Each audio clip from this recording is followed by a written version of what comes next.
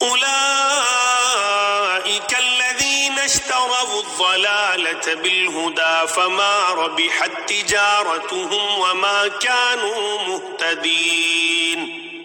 یہ وہ لوگ ہیں جنہوں نے گمراہی کو ہدایت کے بدلے میں خرید لیا، بس نہ تو ان کی تجارت نے ان کو فائدہ پہنچایا اور نہ یہ ہدایت والے ہوئے. مثلهم كمثل الذي استوقد نارا فلما أضاءت ما حوله ذهب الله بنورهم وتركهم في ظلمات لا يبصرون.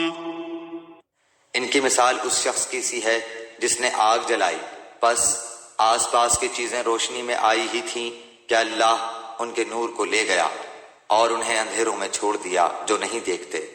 یہاں سے ان منافقوں کی مثال دی جا رہی ہے جو اسلام کے واضح دلائل سامنے آنے کے باوجود نفاق کی گمراہی میں پھنسے رہے.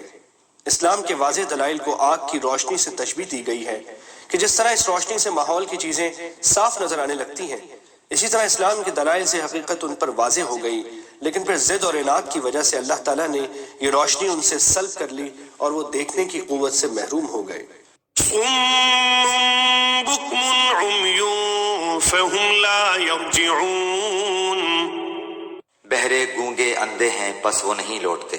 أو كصيب من السماء فيه ظلمات ورعد وبرق يجعلون أصابعهم في آذانهم من الصواعق حذر الموت والله محيط بالكافرين. یا آسمانی برسات کی طرح جس میں اندھیریاں اور گرج اور بجلی ہو، موت سے ڈر کر کڑاکے کی وجہ سے اپنی انگلیاں اپنے کانوں میں ڈال لیتے ہیں، اور اللہ تعالیٰ کافروں کو گھیرنے والا ہے. منافقوں کی پہلی مثال تو ان منافقین سے متعلق تھی جو اسلام کے واضح دلائل سامنے آنے کے باوجود خوب سوچ سمجھ کر کفر اور نفاق کا رستہ اختیار کیے ہوئے تھے. اب منافقین کے اس گروہ کی مثال دی جا رہی ہے جو اسلام لانے کے بارے میں تذبذب کا شکار تھا. جب اسلام کی حقانیت کے دلائل سامنے آتے تو اس کے دل میں اسلام کی طرف جھکاؤ پیدا ہوتا اور وہ اسلام کی طرف بڑھنے لگتے، لیکن جب اسلامی احکام کی ذمہ داریاں اور حلال و حرام کی باتیں سامنے آتی تو وہ اپنی خود غرضی کی وجہ سے رک جاتے. یہاں اسلام کو ایک برستی ہوئی بارش سے تشبیہ دی گئی ہے اور اس میں کفر و شرک کی خرابیوں کا جو بیان ہے اسے اندھیروں سے، اس میں کفر و شرک پر عذاب کی جو دھمکیاں دی گئیں انہیں گرج سے تشبیہ دی گئی ہے. نیز قرآن کریم میں حق کے جو دلائل اور حق کو تھامنے والوں کے لیے جنت کے جو وعدے کیے گئے ہیں انہیں بجلی کی روشنی سے، جب یہ روشنی ان کے سامنے چمکتی ہے تو وہ چل پڑتے ہیں، مگر کچھ دیر میں ان کی خواہشات کی ظلمت ان پر چھا جاتی ہے تو کھڑے رہ جاتے ہیں.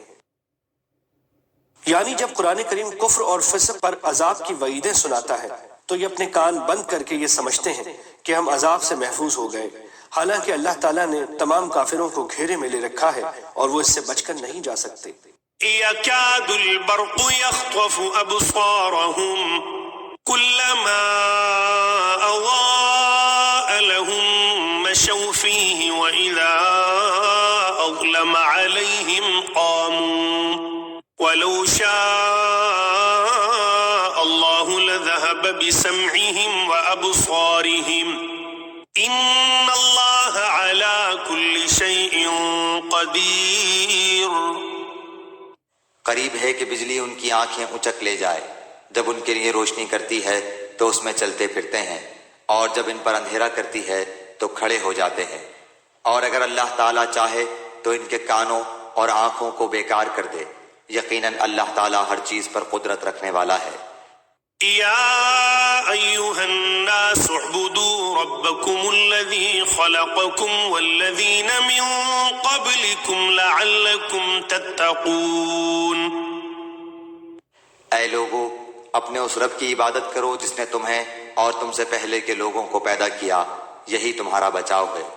الذي جعل لكم الأرض فراشا والسماء بناء وأنزل من السماء ماء فأخرج به من الثمرات رزقا لكم فلا تجعلوا لله أندادا وأنتم تعلمون. جس نے تمہارے لیے زمین کو فرش اور آسمان کو چھت بنایا اور آسمان سے پانی اتار کر اس سے پھل پیدا کر کے تمہیں روزی دی، خبردار باوجود جاننے کے اللہ کے شریک مقرر نہ کرو۔ ان دو آیتوں میں اسلام کے بنیادی عقیدے توحید کی دعوت دی گئی ہے اور مختصر انداز میں اس کی دلیل بھی بیان کر دی گئی ہے۔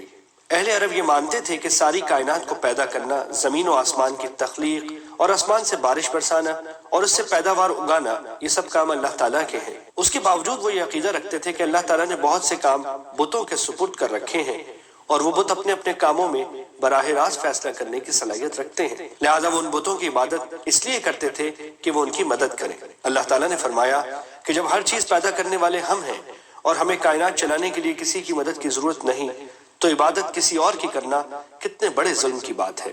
وَإِن كُنتُمْ فِي رَيْبٍ مِّمَّا نَزَّلْنَا عَلَىٰ عَبْدِنَا فَأْتُوا بِسُورَةٍ مِّن مِّثْلِهِ وَادْعُوا شُهَدَاءَكُم مِّن دُونِ اللَّهِ إِن كُنتُمْ صَادِقِينَ۔ ہم نے جو کچھ اپنے بندے پر اتارا ہے اس میں اگر تمہیں شک ہو اور تم سچے ہو تو اس جیسی ایک صورت تو بنا کر لاؤ، تمہیں اختیار ہے کہ اللہ تعالیٰ کے سوا اپنے مددگاروں کو بھی بلا لو۔